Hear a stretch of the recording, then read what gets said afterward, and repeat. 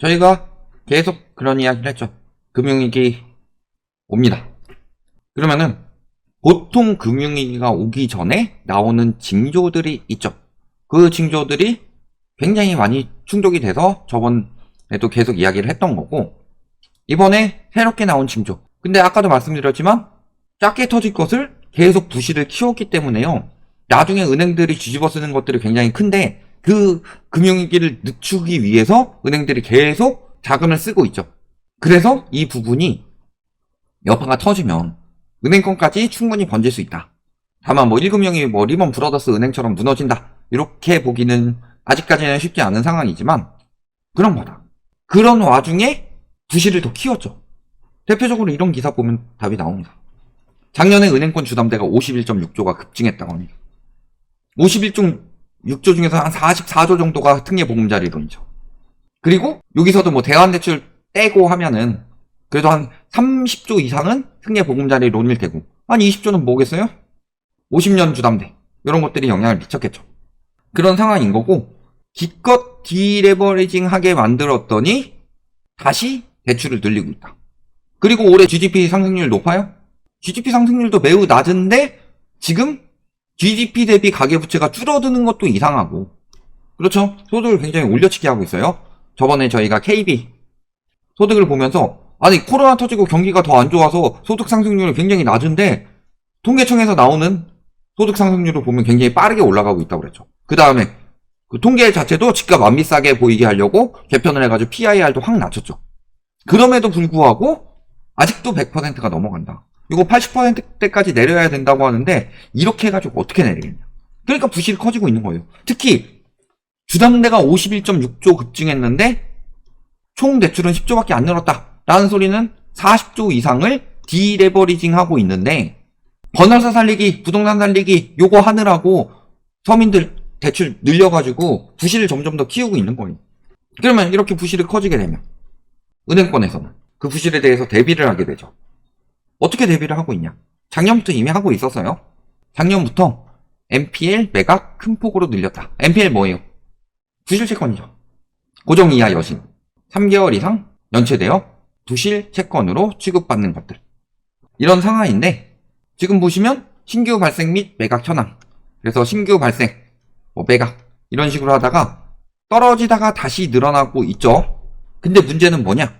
그냥 NPL 물량이 지난해의 2배 수준으로 늘어났다, 이게 문제가 아니라 5조 원에 달할 수도 있다고 한다, 이게 문제가 아니라 은행들이 자체 관리하는 NPL을 줄이고 매각과 상각 비중을 늘린다. 그러니까 지금 자체 관리 보유, 얘네가 이제 연체율에 들어가는 거죠. 그리고 매각과 상각은 매각 상각하면서 연체율을 떨어뜨리려고 하는 거예요. 실질적으로 받기 힘드니까. 그러면은 결국에는 이 연체율이 급등할 것으로 보이니까 이 비중을 더 늘려서 연체율이 높아 보이지 않도록 관리를 하고 있다. 근데 문제는 매각과 상각하면은 그냥 이거는 손실이죠. 매각하면은 일부 손실이죠. 그러면 이 손실을 어디서 메꾼다? 대손충당금. 은행 자본 꺼내다 쓰는 거예요. 지금 은행들이 이자 장사해가지고 돈을 벌고 있다, 이 부분만 주목할 게 아니라 이 대손충당금이 왜 쌓였다 줄었다 하냐. 그리고 올해는 작년보다 더 부실이 늘어날 수밖에 없죠. 가계부채를 줄여야 되는 상황에서 늘렸어요. 거기에다 그걸 주담대 위주로 늘렸죠. 주담대 위주를 늘리고 DSR을 우회하도록 만들었기 때문에 상당히 갚기 힘드신 분들이 많습니다. 여기에 지금 입주율도 다시 떨어졌고 입주시장도 좋지 않죠.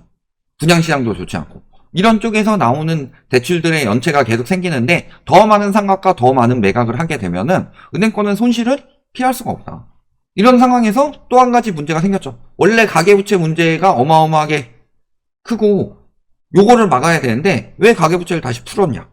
가계부채보다 더 빨리 터지는 문제가 있었기 때문에 요거 살리기 들어간 거죠. 그 문제는 부동산 PF였죠.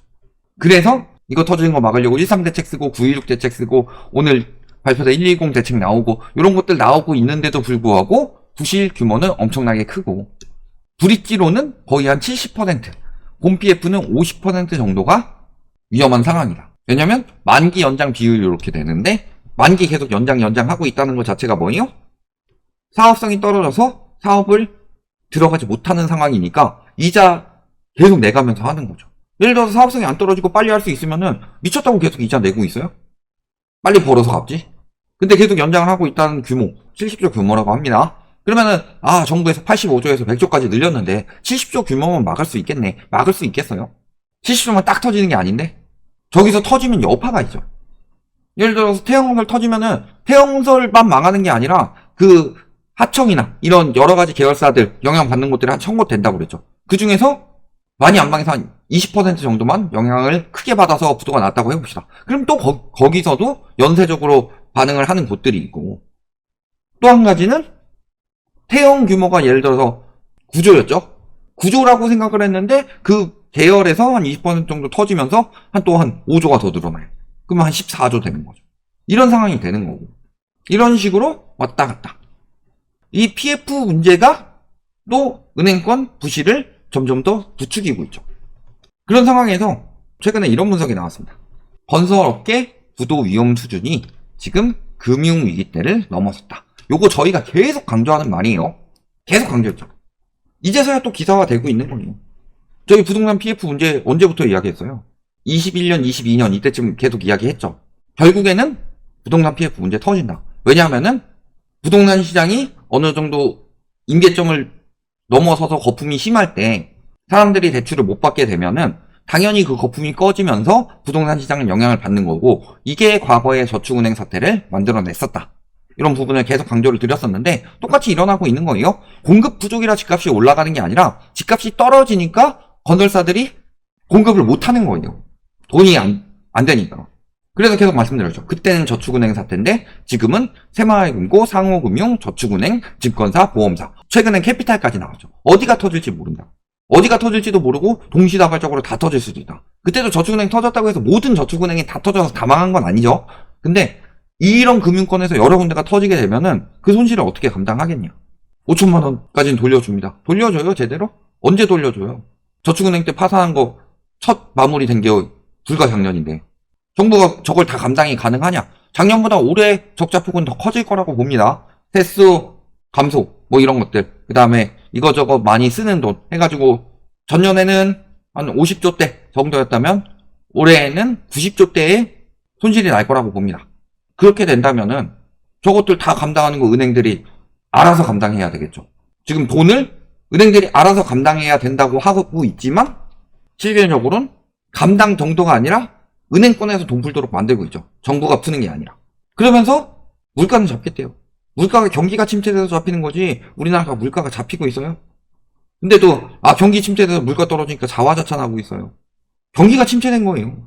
계속 이렇게 은행 통해서 돈을 푸는데 물가가 어떻게 잡혀요? 그나마 경기 침체, 또 한 가지는 유가 하락, 요 영향 받아가지고 물가가 좀 떨어지는 것처럼 보이는 거지. 이 위기가 지금 캐피탈사까지 번졌다고 그랬죠. 그래서 캐피탈사도 연체율이 급등하고 있고 부동산 PF 위기 이야기가 나오고 있다. 상위 5개 캐피탈사 연체율 추이를 보면은 다 지금 급등하고 있죠. 여기 현대만 빼고, 현대는 조금 늘었고. 그래서 상위 5개 캐피탈사의 평균 연체율이 재작년 3분기 0.89였는데 지난해 3분기 1.57로 0.68%포인트 급등했다. 대략 60-70% 정도의 문제가 터지고 있는 거고, 요것 역시도 부동산 관련 대출의 부실이 증가한 원인으로 풀이가 된다.